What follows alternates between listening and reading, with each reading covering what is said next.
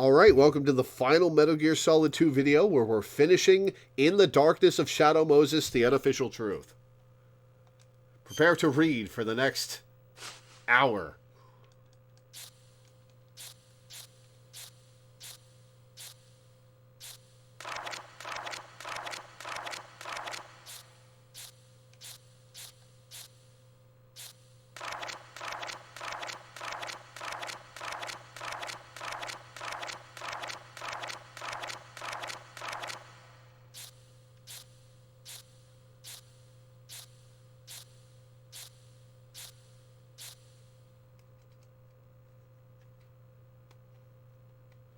Alright, let's begin. So funny how they only show Raiden in the last moments. Watching the trailers don't even feel like we play as this blonde girl, as people used to say.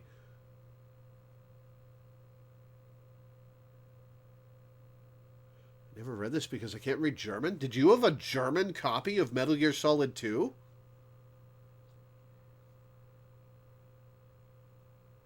That's weird. Alright, let's begin.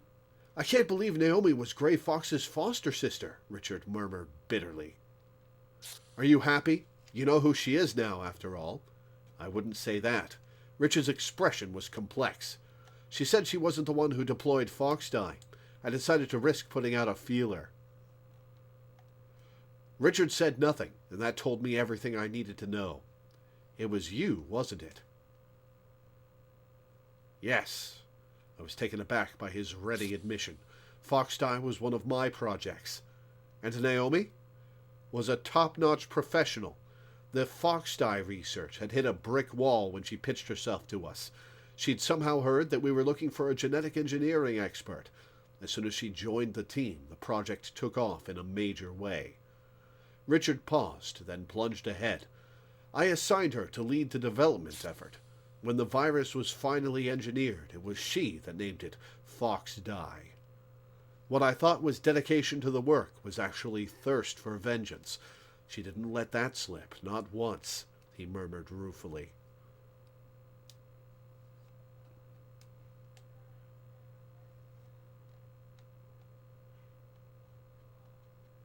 Game Informer was similarly sneaky, showing a masked Raiden in the background of their magazine cover. Interesting. I knew what his relationship had been with Naomi when I studied his face. You were seeing her. She was using me, he corrected, and gave a hollow laugh. At that point, one of his men came tearing over. After an urgent whisper, Richard's face grew grim. What happened? Master Miller wasn't Master Miller. Richard was visibly shaken. What?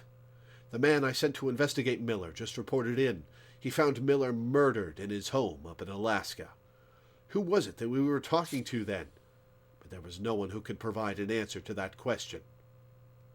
Around the same time, on Shadow Moses, Snake had finally made it past the enemy's defenses and successfully re-entered the launch code. But something was amiss. As the code was accepted, an alarm was triggered. Launch code entered, an electronic voice intoned. All systems ready. Stand by for missile launch. Snake stared around him aghast. No, I just overrode the launch authorization, he cried. His questions were answered by an unexpected source when a radio call came in. Thank you, Snake. It was Miller, or rather an imposter, who had taken the murdered man's identity. The launch preparations are now complete. Nothing can stop Metal Gear now. Master, what's going on? We're very grateful to you. Not only did you bring the key, you just entered the launch code for us as well.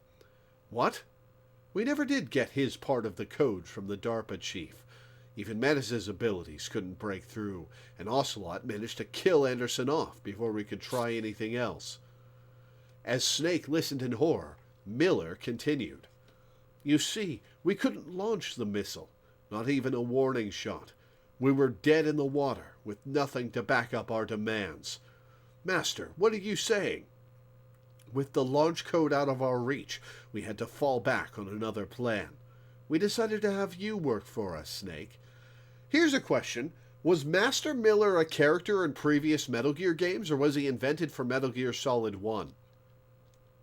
What? Having Decoy Octopus impersonate the DARPA chief was a part of it. We were trying to extract information from you, but Foxdie got to him first. Miller said savagely. Are you saying this whole thing was fixed? Snake asked through clenched teeth. And it was all to get me to unlock the launch sequence. The terrorist's mocking laugh rang out. Did you think you got this far thanks to your own abilities? Think again. Master, what about you? Are you a spy? The other continued as though he had not heard Snake's question. Miller first appeared in Metal Gear 2. Huh. And he would appear in some prequels. Cool. But everything is ready for the launch now. Once they get a taste of the new warhead, the White House will have to hand over the antidote, and they'll have nothing on us anymore, ever again. Have nothing on you? What do they have on you now? The Pentagon's already accomplished what it set out to do with you. It happened right there in that torture chamber. You're the only one who's in the dark. It's not fun, is it, Snake? He sneered. Who are you? I'll tell you, if you manage to get to me. Where are you? Very close, Snake. Very close. Campbell suddenly broke in. Snake, that's not Miller. Hello, Campbell. It's a little late for that, the impostor said mockingly. Master Miller's body was discovered at his home. He's been dead 3 days. We didn't know sooner because the communication was down. According to Mei Ling, the transmission is originating inside that base. Then who are you? You've been talking to me all along, the man responded. Snake? His voice suddenly changed, and I knew who it was. So did Snake. Liquid Snake broke off communications and started to run. Metal Gear had already been activated by the time Snake reached it. Liquid was about to climb into the pilot's seat when Snake called out to him. The barrel of his SOCOM pointed straight at Liquid. Liquid! Are you going to shoot your own brother? Liquid remained languid. Why did you impersonate Miller? To manipulate you, of course, Liquid said conversationally, as though the two were discussing the weather. It worked, too. You did exactly what we needed you to do. Snake's indignity was compounded by Liquid's next comment. I'm sure your masters at the Pentagon agree. Why do you keep mentioning them? You don't even question the orders that you're given anymore, Snake? Where's your pride? A warrior reduced to a pawn. Liquid sighed exaggeratedly. All this, stopping the nuke, rescuing hostages, it's a charade. Charade? Snake was taken aback. All the Pentagon wanted was to effect a meeting between us, Liquid explained, obviously enjoying Snake's reaction. That's how the Arms Tech president and Decoy were gotten rid of. Can't be. Actually, it can be. The point was to selectively kill us off and retrieve our extremely expensive genetically engineered corpses, along with Metal Gear. You were sent in by the Pentagon merely as a Foxdie vector. Snake was in shock. That's insane. And Naomi, was she working with the Pentagon all along? That's what they thought. But it seems there's a typo, but it seems she wasn't quite as soft as they read her to be. What do you mean? I have ears at the DOD. Naomi apparently managed to make some tweaks to the virus right before the mission. Her motive and objective are unknown. I heard Richard's impatient grunt beside me. Is that what you have Naomi arrested for? To discover why she did what she did? Snake challenged. Very good. It's disappointing that it was nothing more than a run-of-the-mill revenge scheme, but we still don't know what kind of changes she introduced to Foxdie. Liquid fell silent for a moment, then continued. But enough of that. I've already added Foxdie antidote to my list of demands to Washington. There's an antidote? Snake asked in surprise. There should be. Hunter would be the only one to know, but even that may not be necessary. Why not? You've successfully infiltrated the facility. We've all been infected with the execution virus, according to their plan. Octopus and the Arms Tech president died of it for certain, but neither myself nor Ocelot, not to mention you, have shown any signs of infection. You're saying there may be a flaw in Foxdie's targeting program. Who knows? But as long as you're healthy, I'm safe. We share the same genetic code, after all. So we are twins, yes, but not in the ordinary sense. We're the flip sides of a counterfeit genetic coin. Enfant terrible. Liquid's voice grew hoarse with anger. You lucked out. They handpicked all of our father's superior traits for you.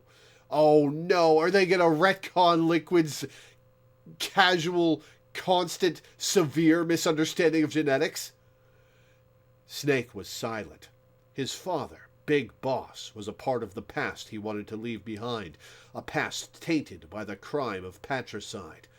But Liquid was not finished.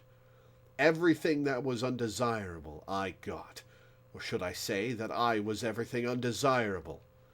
Left over from the creation process that was designed to produce you. The only reason I came into being was so that you could be born. How could I be the superior specimen? Oh, but you are, and I'm the dregs. You couldn't begin to understand what it was like starting out life as genetic garbage. The hatred and rage in Liquid's voice shook us and left Snake speechless. But it was me that our father chose, Liquid said, slowly and purposefully. Is that why you're obsessed with Big Boss? Some kind of twisted love? Love? Hatred, my brother. He chose me, knowing that I was biologically inferior. Now I'm about to pay him back for that crime. Liquid laughed, mocking Snake's bewilderment. I will be right back.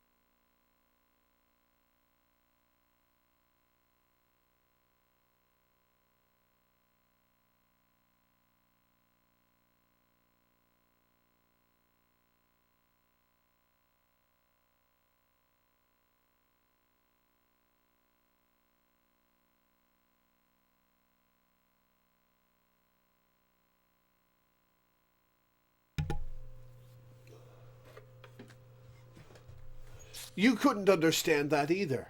Someone who got the chance to kill his own father wouldn't. You managed to deprive me even of that revenge. But I will accomplish what our father dreamt of and never achieved. That's how I'll kill him, by surpassing him. Liquid ended his proclamation by leaping into Metal Gear's cockpit. Snake fired a burst from his no longer all-caps SOCOM, but the bullets ricocheted off Metal Gear's armor. I did step away for a minute. I said, I'll be right back, and then I went, and then I came back and started reading again.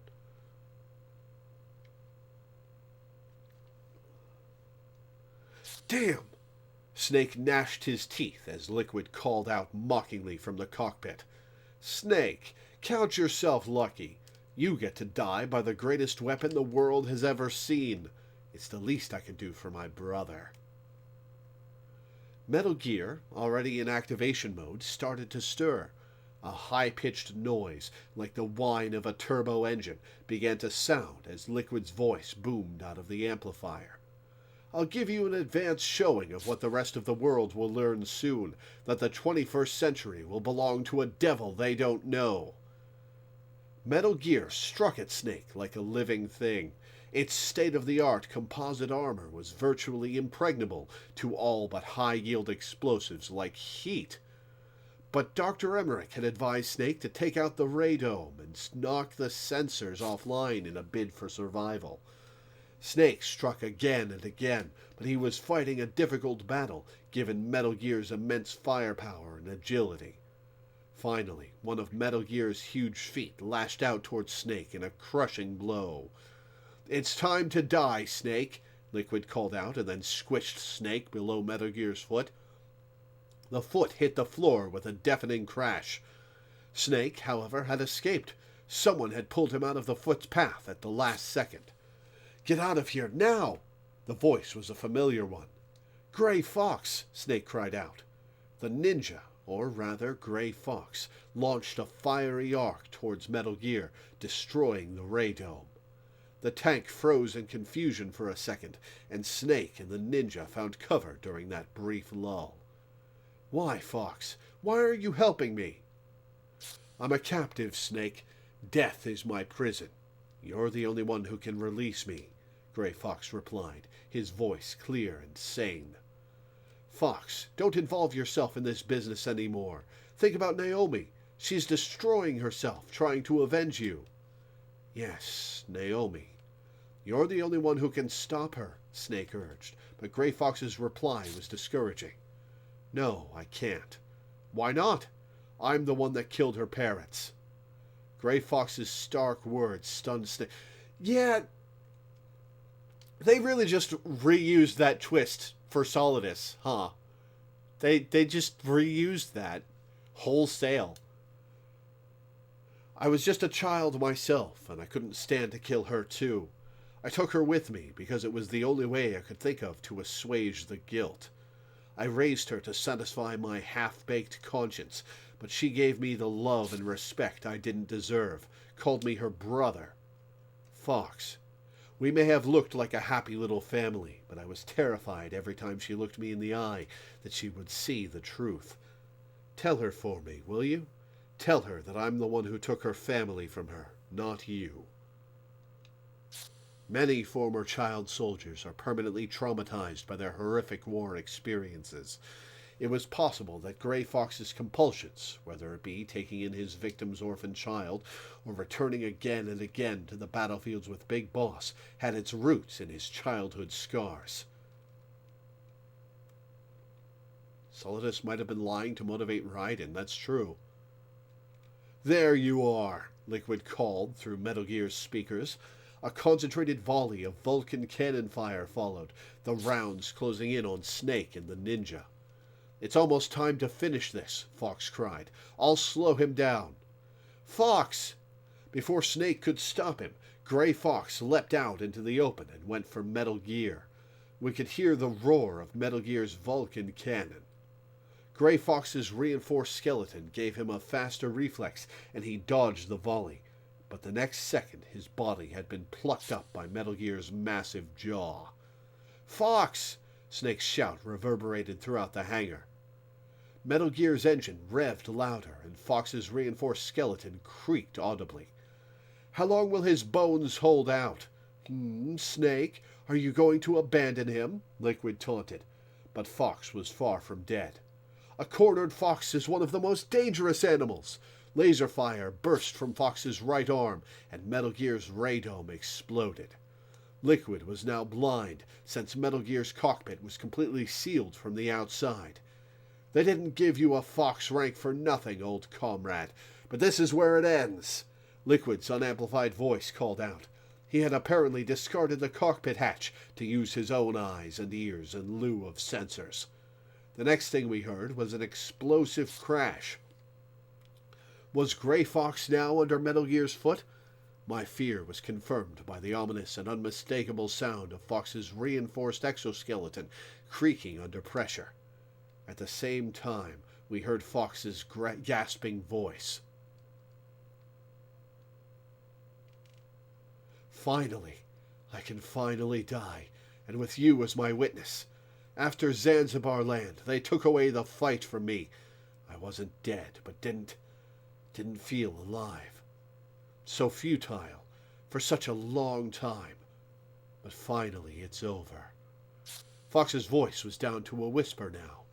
"Snake, we're not just tools for politicians and generals. All I did with my life was fight, but at least it was my choice. Goodbye, Snake. With a dull crunch, his reinforced skeleton finally gave way. Fox! Snake screamed. Liquid laughed. He was a fool. It was over the moment he begged for death. He ground Fox's battered corpse underfoot with Metal Gear, then bellowed. Do you get it now? You can't protect anyone, let alone yourself. Die! Metal Gear's Vulcan cannons roared into action, but with all sensors offline, the fire lacked its previous accuracy. Robbed of his old friend and comrade, Snake gave free rein to his rage. Taking up a Stinger missile launcher, he fired at Liquid, sitting exposed in his cockpit. It was a direct hit.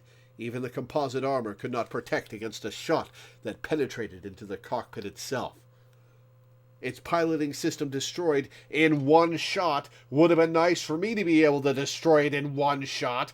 Metal Gear abruptly spun out of control and pitched towards the ground with a deafening screech. A massive explosion followed seconds later. Snake, caught in the blast, was bodily thrown across the hangar and knocked unconscious.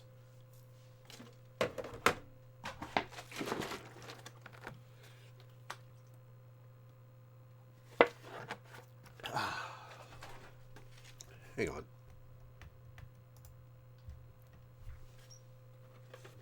Snake was still out cold, but his radio was online. We could hear smaller explosions from the wreck of the Metal Gear and the sound of flames greedily sucking up the leaking fuel. Snake showed no signs of coming around. A few minutes later, a sound of footsteps emerged from the general chaos. It was moving towards Snake. There was a faint murmur. Snake, it's not over yet. It was Liquid's voice. Snake! I yelled into the radio, but Snake did not stir. Isn't there any way to wake him? I asked Richard, but he shook his head. Liquid had reached Snake's side, and to our surprise, picked up Snake's limp body.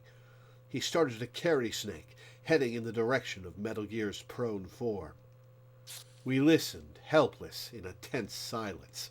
It was Snake's battle. There was next to nothing we could do. Liquid had now climbed onto Metal Gear's back, where he carelessly laid Snake down. He apparently planned to simply wait for his adversary to regain consciousness.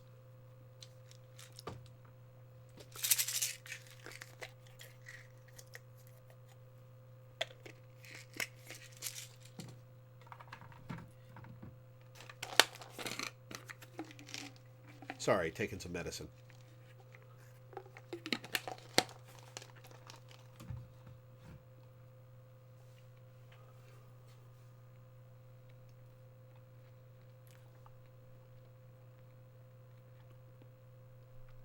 Oh, damn, Gingy, that's awesome.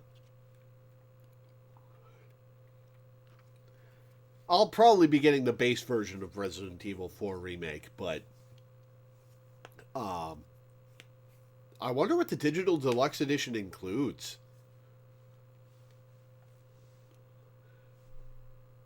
So, Liquid said.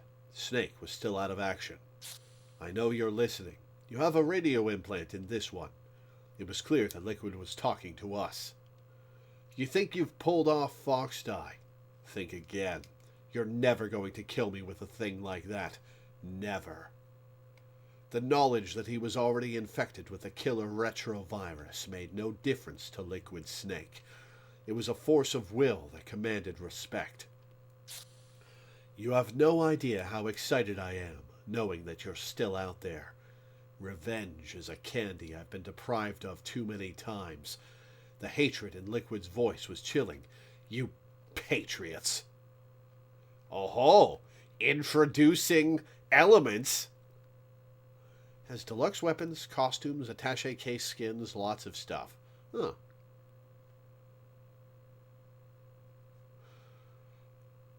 Oh, actually, I think I saw that. Where Leon's got some anime-ass costumes that I didn't really like. At that moment, Snake let out a groan.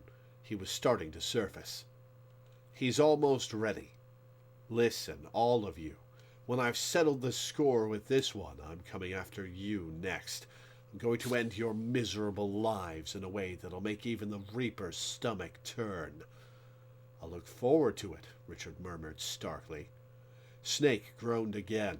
He was apparently awake.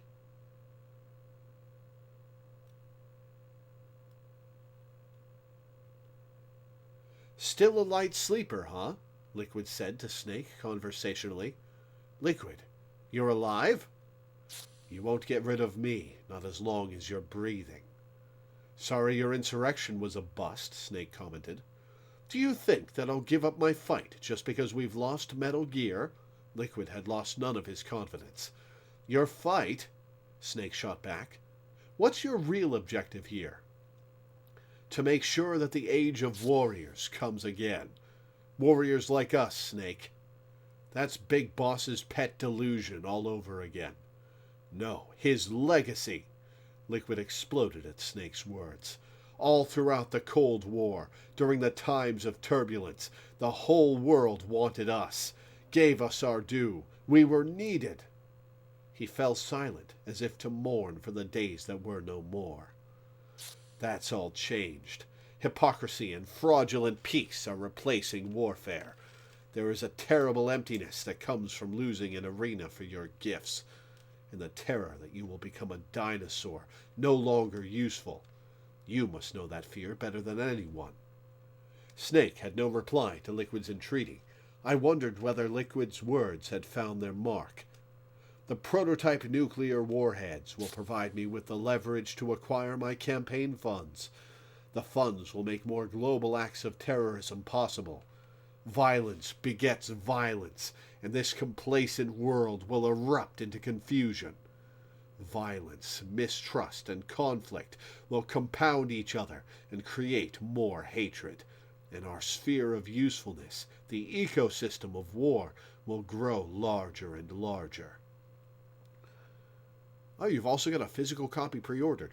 Question, because I haven't pre-ordered a game in a very long time. If you pre-order a game, is it put in the mail so that it arrives on the day it releases? Or does it get mailed out on the day that it releases and you have to wait a few days for it?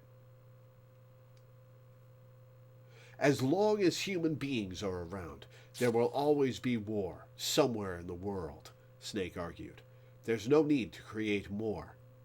It's a question of balance, Liquid responded in a flash. The balance that our father fought for. Arrives on the day. Cool, okay. And that's the only reason you need to do this. It's more than enough for me. And for you, too. That's not the kind of thing I want. Not now. Not ever. Liquid laughed at Snake's dogged refusal. You're lying. Why do you think you're here? You've been lied to, betrayed by your own team, but you still wouldn't abandon the mission. Why? Snake could not answer. I'll tell you why, Liquid continued. Because you enjoy it. The thrills and the kills.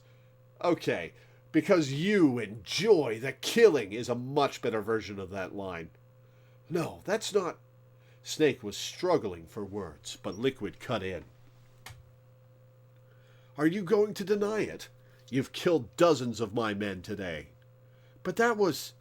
As Snake faltered, Liquid laughed in contempt. Every time you delivered the kill shot, your face brightened up. No. There's no reason for you to deny your own killer instincts. That's what we were created for, after all. What we were created for? It was all the encouragement Liquid needed to reveal the details of a secret project known as l'Enfant Terrible. It was the 1970s. The U.S. had not yet awoken from the nightmare of Vietnam War when a plan was hatched by key figures in the government to artificially create the ideal soldier. The man selected to serve as the genetic template for the project was the most famous living mercenary of the time, Big Boss. Big Boss was, however, incapable of reproducing, a result of past war injuries. As a result, So his balls got blasted off, is what you're saying. As a result, his body cells were harvested for a cloning attempt. In addition to the existing analog cloning protocol, the program incorporated the so-called Super Baby technique. Super Baby 2! The Super Baby technique involves carefully dividing the fertilized egg whose nucleus had been switched with that of the donor cell. The result is usually 8 zygotes, which are then implanted in a surrogate's uterus. 6 of the embryos are strategically aborted over a period of time in order to boost the growth of the remaining 2. We started out as octuplets, Liquid reflected. Octuplets? Snake was clearly taken aback. 6 of our brothers were killed so that we could be created. We've been causing death and destruction even before we breathed outside air. This is the third part of me reading all 324 pages. I've taken it in roughly 100-page chunks over the course of the last couple months for these patron streams. That left the 2 of us, 2 zygotes that shared the same DNA. But there was one more sacrifice to be made. One of the embryos was engineered to manifest the full potential of its genetic makeup at the expense of the other one, which was purposefully relegated to the bottom of the curve. You are what you are, Solid Snake, thanks to the death and deprivation of your brothers. Liquid surveyed the stunned Snake and smiled. But if you think that I'm the only sibling you have left, think again. What? The genome soldiers. They were bred from our father's DNA, too. The only difference is that they're not analogues of him like we are. Liquid went on to tell an astonishing story. The Human Genome Project concluded late last century, the L'Enfant Terrible Project, and the intensive study of Big Boss's genetic samples had led researchers to many of the secrets of the so-called soldier genes. The isolated traits for initiative, discipline, and other tactically desirable characteristics had been secretly integrated into the genetic structure of next-generation Special Forces soldiers. All those commandos you murdered on this base were your brothers. The genome soldiers, incomplete creatures, certainly, forcibly grafted with a piece of Big Boss's genetic sequence, but still family. They share in the family dysfunction, too. Their lives also cost someone dearly. How so? Human experiments, Liquid hissed angrily. According to Liquid, the military had secretly started treating its men with the soldier gene when the 1991 Gulf War broke out. The unexplained Gulf War syndrome among the returning personnel was apparently one of the gene therapy's unfortunate side effects. That means that those Gulf War babies born to vets are... Snake asked, stunned. Exactly. Our earliest siblings. And the next generation Special Forces were the finished project? Finished? Liquid sneered. Hardly. They're defective. We all are. On a path to extinction, if you will. What did you say? You ever heard of the law of biological asymmetry? There's a natural tendency towards left-right asymmetry. On the other hand, species that ran out of genetic diversity and are on path to extinction start showing complete symmetry. That's what's happening to the genome soldiers. And to us. Snake stared at Liquid in bleak shock. Every one of us is dying on a genetic level. The question is when the decline will start. That's why I need our father's body, to get some answers. You expect me to believe, Snake asked, that you demanded Big Boss's body so you can save yourself and the genome soldiers? Siblings start out life competing, but they always band together against outside threats. Why do you think that is? Liquid waited for Snake to respond, but the latter said nothing. It's because they share your genes, and by helping them, the chances of your genes making it to the next generation are bettered. Natural selection favors nepotistic species. The instinct to help our own kind is an inherited trait. Your DNA is ordering you to help these genome commandos, Snake said skeptically. But Liquid agreed in reverential tone. No one can go against their genetic destiny. We were born for the sole purpose of recreating our father's DNA in its basest and most ideal incarnations. I will follow my destiny and surpass it. I can break my own biological curse, and that's why I'm going to kill you, Solid Snake." He spoke quietly, but it was clear that he meant every word. He suddenly called out in a different tone, "Look behind you!" "Meryl?" Snake exclaimed. Meryl was apparently lying behind Snake. I guessed that she had been brought there before Liquid had carried Snake onto the roof. "Is she alive?" "I wouldn't know. She was definitely breathing a few hours ago, though. She kept calling your name over and over again," Liquid said coolly. "Meryl, she's a fool to fall for a man who doesn't even have a name." "I do have a name." "No, you don't. And no past and no future. That's the way it is for us," Liquid shouted. "The only thing we do have are instructions written in our father's genomes. Liquid, let Meryl go. After we settle things between us. We're just about out of time." "Are you talking about Foxdie?" "No, the Pentagon. It seems that the DoD came to a decision when they heard about Metal Gear's destruction. They're not even interested in a Bonder report at this point. Ask your shadow Campbell if you want. He likes to listen, doesn't he?" Snake raised Campbell on the radio. "Colonel, can you hear me?" "I'm here. What's the Pentagon up to? You'd better tell me, Colonel. The Defense Secretary's personally taking control of the mission. He's on an AWAC heading your way." "For what?" "An airstrike," Campbell replied bitterly. "What?" "That's not even the bad news. A bomber just took from the Galena Air Force Base. It's carrying the B-61-13 surface-piercing missiles. It's surface-piercing missiles. Christ, Metal Gear's already been destroyed." Snake raised his voice. "Doesn't the Defense Secretary know that?" "He knows. But because of Naomi's betrayal, he no longer has any faith in Foxdie's effectiveness. Your taking out Metal Gear means that the threat of nuclear strike has been removed, and he's free to ensure a direct and complete cover-up of the whole affair. By blowing up all the evidence and everyone who knows anything sky high with a nuclear bomb," Snake finished angrily. But Campbell's next words were unexpected. "Don't worry, Snake. I'll halt the airstrike." "What?" "It may be a technicality, but I'm still the field controller for the mission. If I call in an order to halt this strike, it should wreak enough havoc with the chain of command to buy you some time. Use it to get out of there." Richard called one of his men over and muttered an order.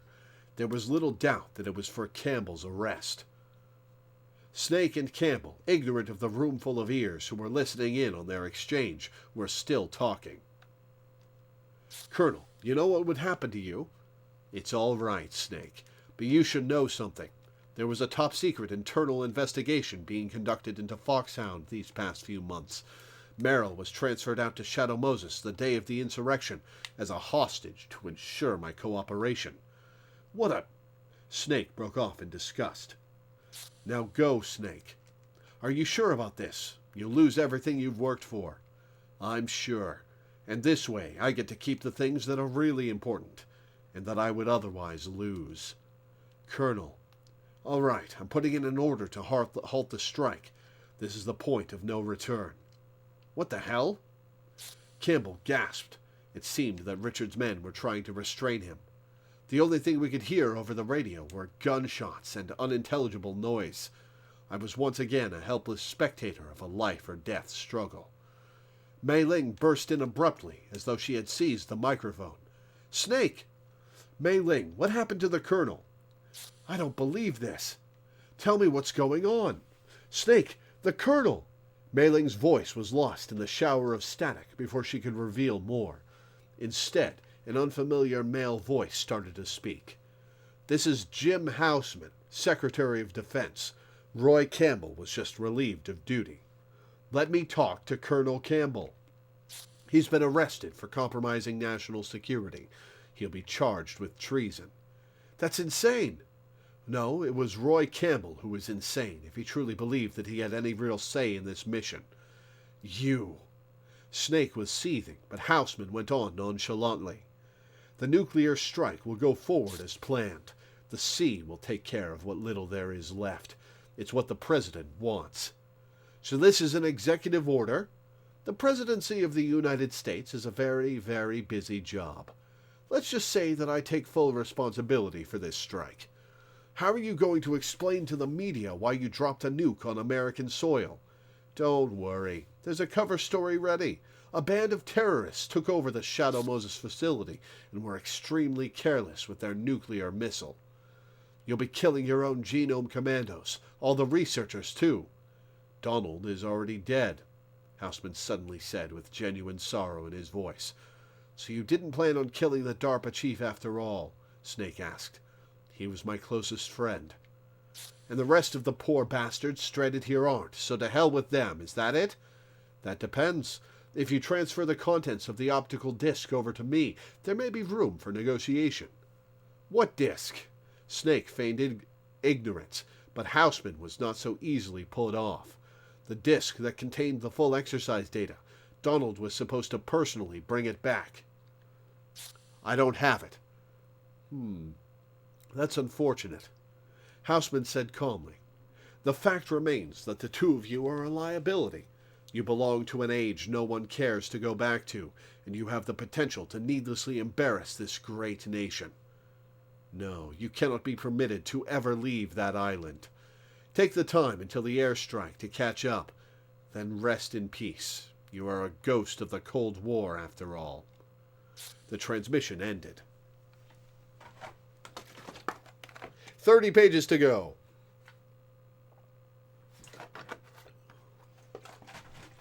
So there's no way out for either of us, I heard Liquid laugh as he approached Snake. We'll settle the score before the cavalry arrives. Snake rose to his feet. You've taken everything from me, Liquid said, and I will reclaim it all, including my rightful biological heritage, right here. The two snakes closed in on one another. The final battle was about to begin. Snake and Liquid had engaged each other in a fierce hand-to-hand combat, but Richard had other things to attend to. He had one of his men open a radio channel. Yes, what is it? I realized with surprise that the person he had called was none other than the Secretary of Defense, Jim Houseman. An airstrike was an unwise decision. Richard sounded displeased. With a nuclear-armed stealth bomber airborne, a complete cover-up is no longer an option. They are not happy with this. All Patriots time! It's the only way to destroy the evidence. The results will bear out the correctness of my decision. There will be no results. I've already aborted the airstrike. How dare you? Houseman started to roar, then suddenly petered out. He no doubt had remembered the powers that be that stood behind Richard. What do you intend to do, then? He asked, with barely suppressed rage. There is another viable way to salvage the situation. Make me take the fall? I don't think so. Houseman's voice shook with fury. Richard sighed exaggeratedly. You don't think so? It seems, Mr. Secretary, that Colonel Campbell is not the only one who truly believed that he had any real say in this mission. What are you saying? I heard the sound of scuffling on the other end. Hey, what do you think you're doing? Get your hands off of me! Houseman had apparently been restrained. It was exactly the same scenario that had played out during Campbell's arrest. You have several choices, Richard explained with something resembling pity. It's up to you which ending this particular story has. I myself would suggest a quiet retirement from public life. You'll pay for this, Ames. I swear to God. Houseman spat out as he struggled vainly against his captors. Personally, I don't condone rough measures. I hope you'll come to the same decision. Richard ended the call. The transmission from Shadow Moses was still active. Liquid's dying scream tore through the speakers. Looks like things are wrapping up nicely over there, Richard murmured.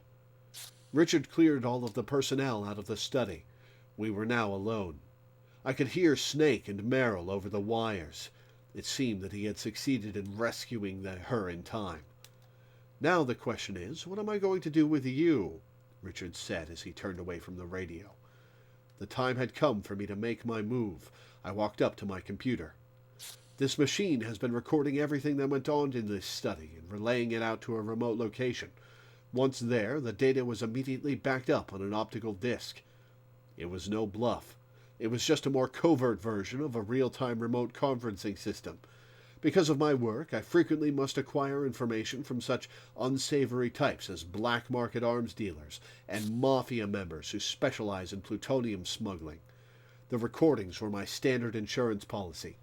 I've already sent a message to the collocation administrator. He'll give the disc to my media contact if he can't get in touch with me by a certain time. That had been the mail I'd secretly sent for my PDA earlier. If anything happens to me, the contents of the disc will be all over the world. But Richard was unfazed. I started to feel apprehensive as he calmly lit another cigarette. You mean this disc?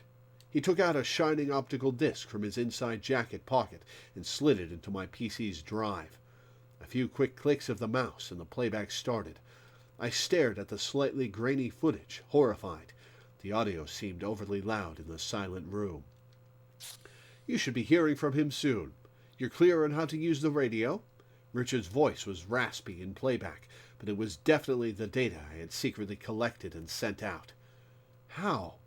You shouldn't underestimate me, Richard said as he ejected and pocketed the disc. Everything in this house has been vetted and monitored since the operation started. Nothing got in or out without my knowing about it, including electronic signals. That email you sent from the bathroom never got to its destination. He'd seen right through me. With that realization, I felt strength leaving my body. The game was up.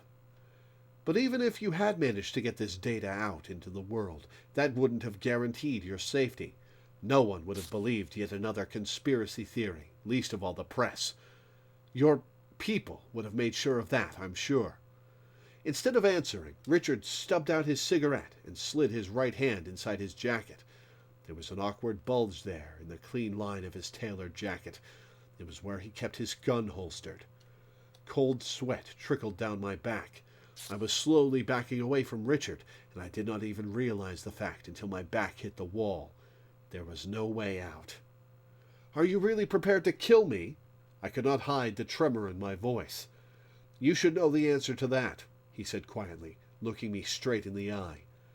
Then he pulled his hand out from under his jacket, and I instinctively shut my eyes.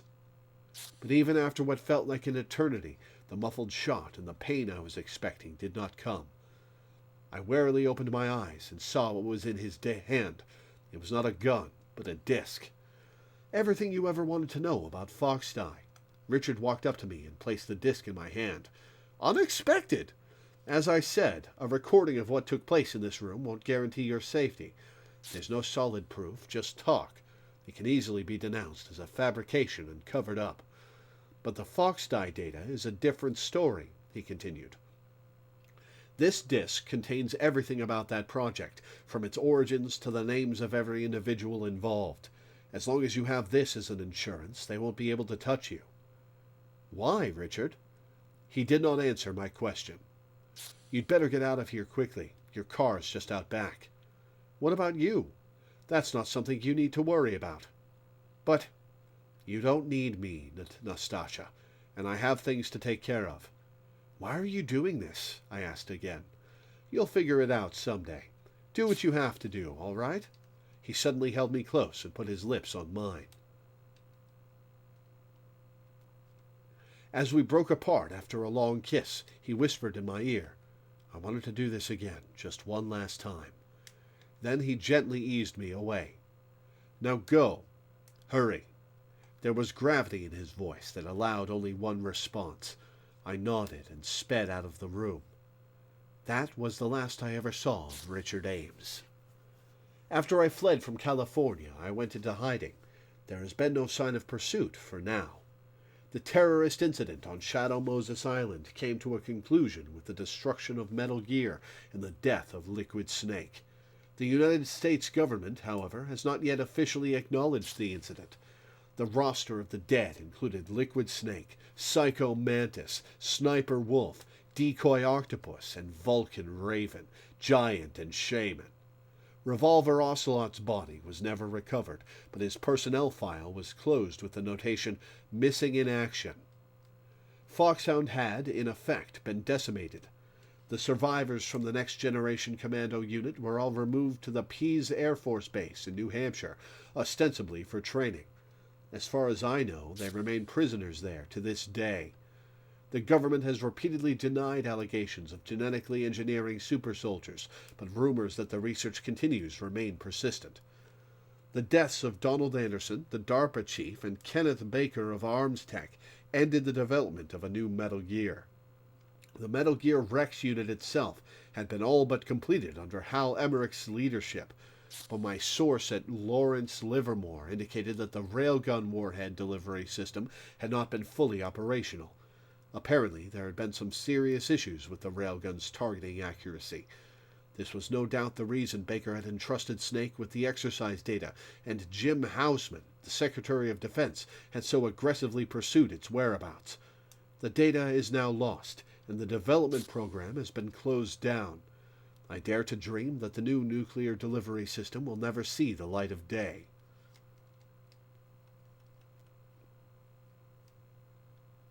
A few days after the incident, I heard on the news that Houseman had shot himself.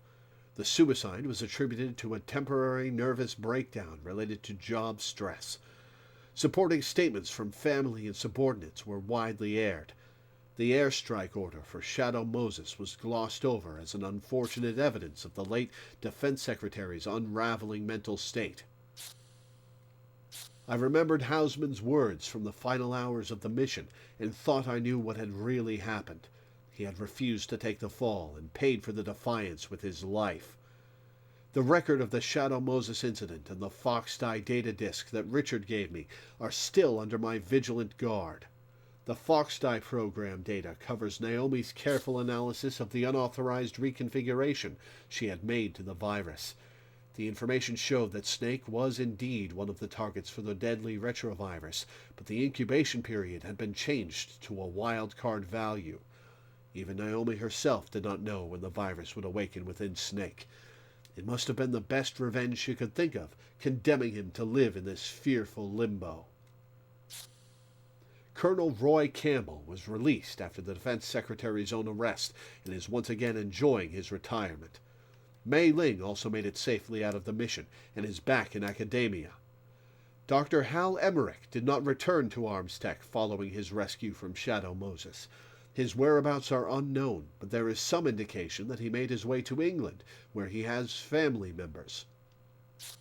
Snake and Merrill appear to have successfully made it off Shadow Moses Island. I could, however, find no trace of them. I hope that the same is true for those who have an interest in seeing them silenced. Naomi Hunter was formally taken into custody after the incident's conclusion.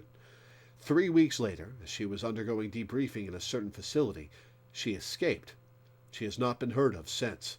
Officials were close-mouthed about the circumstances of the escape, but inquiries into other quarters elicited the fact that someone had broken Naomi out of the base. I knew of only one person who could have breached the base's tight security and successfully led someone to freedom. And then there was the matter of Richard Ames. I called in a favor and had an inquiry made to the DIA about one Major Richard Ames. The agency's response was that there was no DIA personnel fitting that name and description. Buying my safety and freedom had been a costly act for Richard. It was then that I decided to go public with what I knew. By exposing the conspiracy, I may be putting myself in renewed danger, but I am through with being a spectator, an objective bystander. The powerlessness I felt watching Snake's solitary war on Shadow Moses has been a bitter wake-up call. This time, I am determined to make a stand. This is my war now, to tell the truth about what happened on that island. That is my responsibility and privilege as a survivor, and a cause for which I am prepared to give my life. The end. The end of Metal Gear Solid 2. Oh, man. Oh, man. The plot of Metal Gear Solid 1 is so good. It's a shame about the game.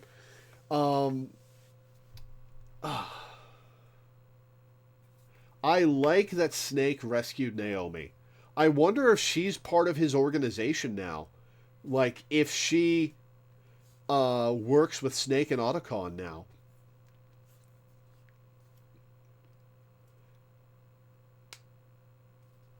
So good they reused it. Oh, man. All right. Well, Metal Gear Solid 2. I'm not going to say good-ass game, because I didn't like the gameplay. Like, it's better than Metal Gear Solid 1, but I find Metal Gear Solid's gameplay frustrating. Um,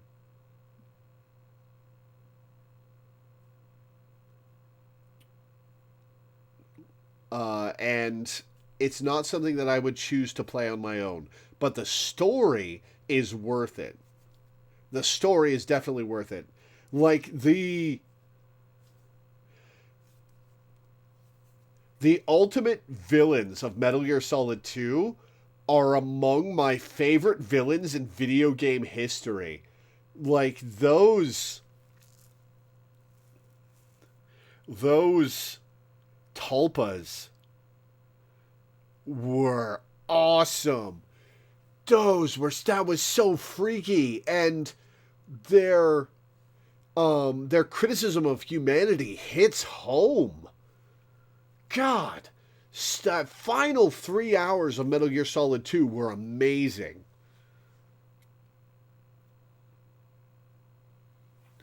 Absolutely incredible.